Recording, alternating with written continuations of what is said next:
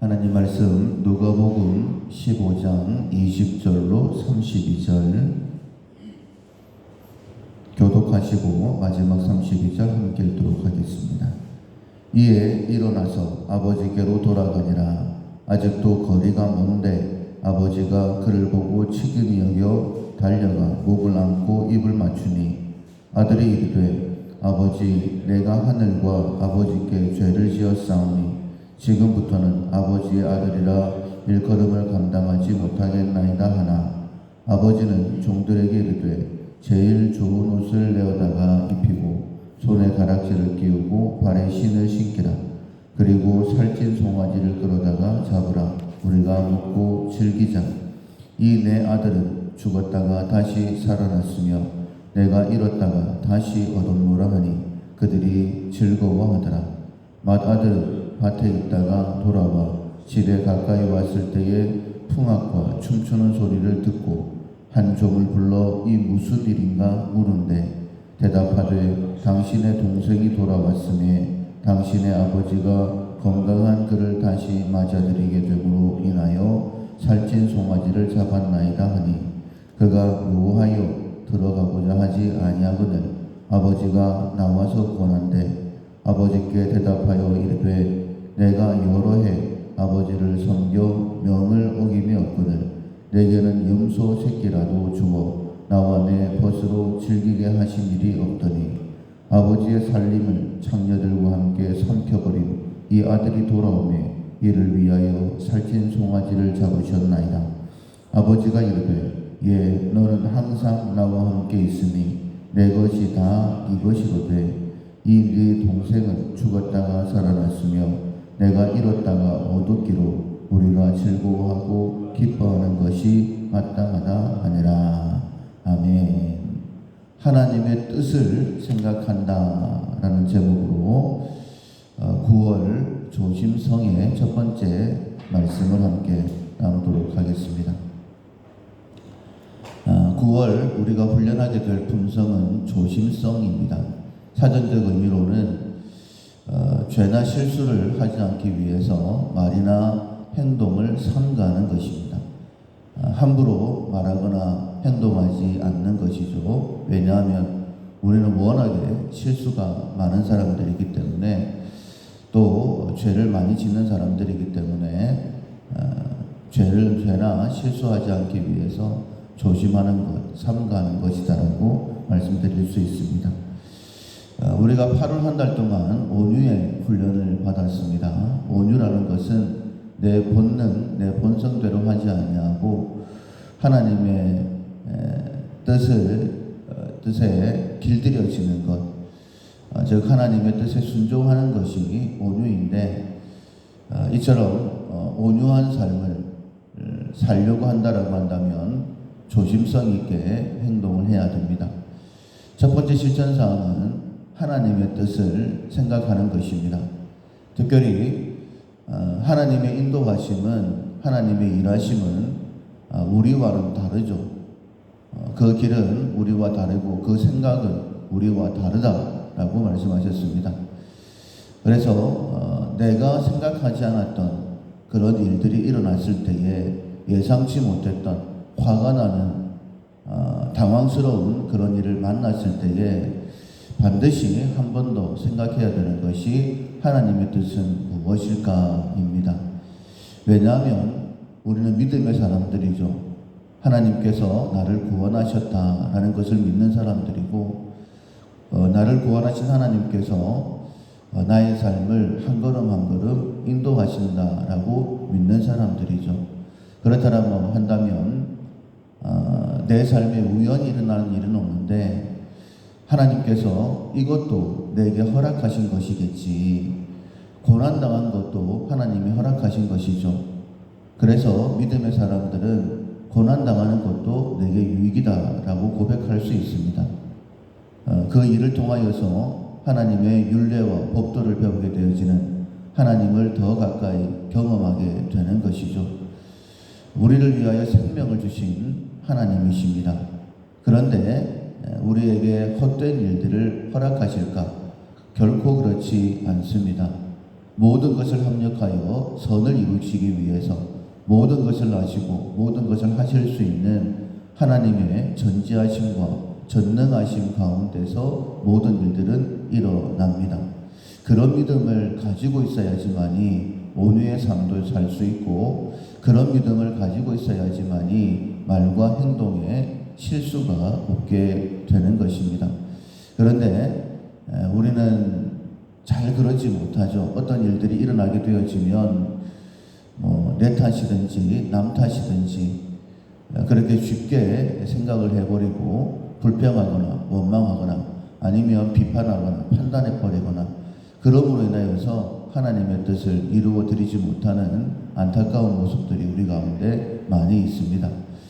온유한 사람을 하나님께서 더 큰 은혜를 베풀어 주시고 사용하신다라고 한 달 동안 말씀을 들었습니다. 그렇다라고 한다면 하나님의 뜻에 길들여지기 위해서, 하나님의 뜻에 순종하기 위해서 한 달 동안 정말 조심성을 훈련하셔야 되는 거예요. 특별히 가장 먼저 처음 훈련해야 되는 것은 하나님의 뜻이 무엇일까 생각하는 것이죠. 특별히 예상하지 못했던 어려운 일을 만났을 때, 화나는 일을 만났을 때입니다.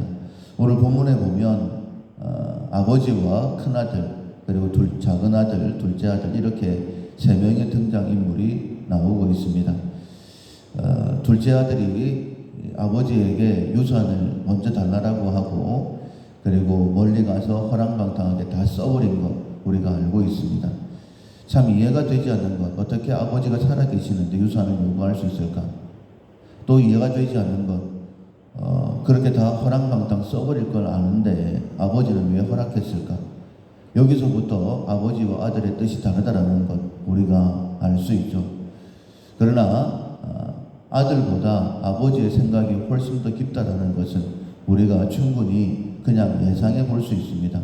아버지가 왜 그러셨지라고 생각을 한 번쯤은 해보는 것이 하나님의 마음을 아는 방법이다라고 말씀드릴 수 있어요.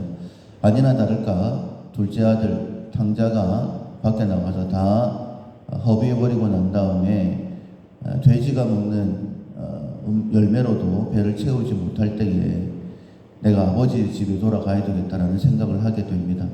아버지는 여기까지 생각을 했던 것이죠. 다 잃어버리고 결국은 아버지 내게로 돌아올 것이다라는 그 마음.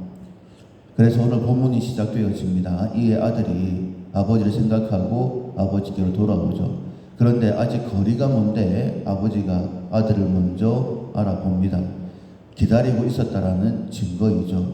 하나님의 계획은 여기에 있었습니다. 언젠가는 돌아온다라는 그런 마음. 그리고 아들이 보이자마자 쫓아가서 껴안고 입을 맞추고, 그리고 집으로 데리고 와서 가락지도 끼우고 새 신발도 씌우고, 그리고 목욕도 시켜주고 모든 것을 다하고 잔치까지 베풀어 줍니다. 준비된 그런 행동이었다라고 볼 수 있어요. 아들이 돌아오면, 잃어버린 것을 찾게 되어지면 아버지의 마음은 이처럼 행복하고 즐겁습니다. 그런데 예상치 못했던 첫째 아들이 등장을 합니다.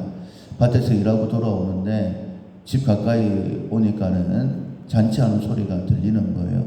종을 보내서 무슨 일인가 알아봤더니 둘째 아들이 돌아와서 잔치를 하고 있다는 겁니다. 큰아들이 화가 났어요. 아버지와 또 큰아들의 생각이 다르다라는 걸 알 수 있죠. 아버지는 잔치를 베푸는데 첫째 아들은 화가 났습니다. 이유가 있었어요. 왜냐하면 나는 수년 동안 아버지 집에서 말썽도 안 부리고 열심히 일을 했는데 나에게는 송아지 한 마리 줘서 친구들과 잔치하라고 하지 않았으면서 아버지의 것을 다 허랑방탕한 이 둘째 아들 돌아오니까 이렇게 잔치를 합니까? 할 말도 있었죠. 그리고 맞는 말이기도 합니다. 그때에 아버지가 또 이야기를 하죠. 둘째 아들이 죽지 않고 살아왔다. 그리고 내 것은 다 너의 것인데 무엇이 그렇게 섭섭하냐. 다독거리는 아버지의 모습을 볼 수 있습니다. 아버지의 뜻은 달라요. 아버지께서 왜 이렇게 행동을 하시는지 우리는 다 이해할 수 없습니다. 그럴 때에 한 번 더 생각을 해야 되죠. 하나님의 뜻은 어디 있을까? 아버지의 뜻은 어디에 있을까? 여러 번 말씀을 드렸지만은 하나님께서 온유한 자를 사용하신다라고 하셨는데, 온유한 자를 사용하실 때에 반드시 시험하시고 달아보신다라고 했습니다. 내 생각대로 말하고 행동하게 되면 실수하게 되죠. 하나님의 뜻에 거스르게 되는 것입니다. 한 번 더 훈련의 때를 지나야 되는 거예요. 그래서 내 마음에 맞지 않을 때에 누군가 그런 행동을 하거나 그런 말을 하거나 아니면 예상하지 못한 사건이 터져버렸을 때에 정말 당황스러운 그런 일들이 생겼을 때에 아버지의 뜻은 어디 있을까? 하나님의 뜻은 어디 있을까? 분명히 내 뜻과는 다르기 때문에 이 일들을 허락하신 것인데, 이처럼 아버지의 뜻을 한 번 더 생각하는 것, 그것을 통하여서 하나님의 뜻에 온유한 자가 되어지고, 그리고 말이나 행동에 실수가 없는 자가 되어서 간절히 소원하기는 빨리 회복되고 하나님 앞에 우리의 남은 날 더 귀하게 쓰임 받을 수 있기를 주님의 이름으로 축원합니다. 아멘. 찬송가 425장 주님의 뜻을 이루소서. 425장 찬양하시겠습니다. 주님의 뜻을 이루소서. 고요한 중에 기다리니 진흙과 같은 날 빚으사 주님의 형상 만드소서.